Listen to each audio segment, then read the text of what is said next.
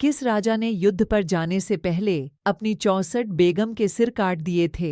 भारतीय इतिहास विषमताओं से भरा हुआ है। मुगल शासन वैसे भी बर्बर और नारी का अपमान करने के लिए जाना जाता था। बहुत सी ऐसी घटनाएं हुई हैं जिसमें मुगलों ने औरतों पर जुल्मों की इंतहा कर दी। एक मुगल शासक ऐसा हुआ जिसने युद्ध में जाने से पहले अपनी 64 बेगम के सर कलम करवा दिए कि अगर वो युद्ध हारा तो उसकी बेगम किसी और के हाथ न लग जाएं। ऐसी सनक किस मुगल शासक की थी? आइए जानते हैं। अफजल खान बीजापुर सल्तनत के आदिल शाही वंश का प्रधान सेनापति था। अफजल खान बहुत ही बर्बर था और उसने बीजापुर सल्तनत का विस्तार अपनी तलवार की नोक पर किया था। उसने अपने दम पर विजयनगर पर कब्जा कर लिया था।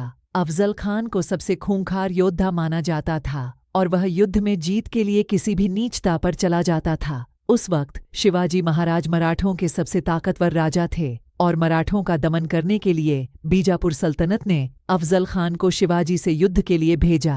प्रतापगढ़, जिला सतारा, महाराष्ट्र में शिवाजी महाराज और अफजल खान के बीच युद्ध 1649 होना था। अफजल खान की सेना बहुत बड़ी थी और शिवाजी महाराज की सेना छोटी, लेकिन अफजल खान शिवाजी और उनकी सेना की वीरता से परिचित था। उसे डर था कि अगर वो युद्ध हार गया तो उसकी बेगमों का उपयोग उसके साथी या विजेता राजा कर सकता है। उसने इस घृणित सोच के साथ अपनी सारी बेगमों को मरवा दिया। युद्ध के दौरान वह छल से शिवाजी को मारना चाहता था, इसलिए उसने शिवाजी महाराज को एक शांति वार्ता के लिए बुलवाया था और गले मिलने के बहाने वह शिवाजी महाराज की पीठ में खंजर मारने वाला था। तभी शिवाजी महाराज ने अफजल खान के पेट को बागनक से चीर दिया था और उसे वहीं खत्म कर दिया। शिवाजी महाराज को अफजल खान की धूर्तता का अंदेशा था, इसलिए वो पूरी तैयारी से गए थे। अफजल खान को मारने के बाद शिवाजी महाराज उसका सर काट कर अपनी माता जीजाबाई के पास ले गए।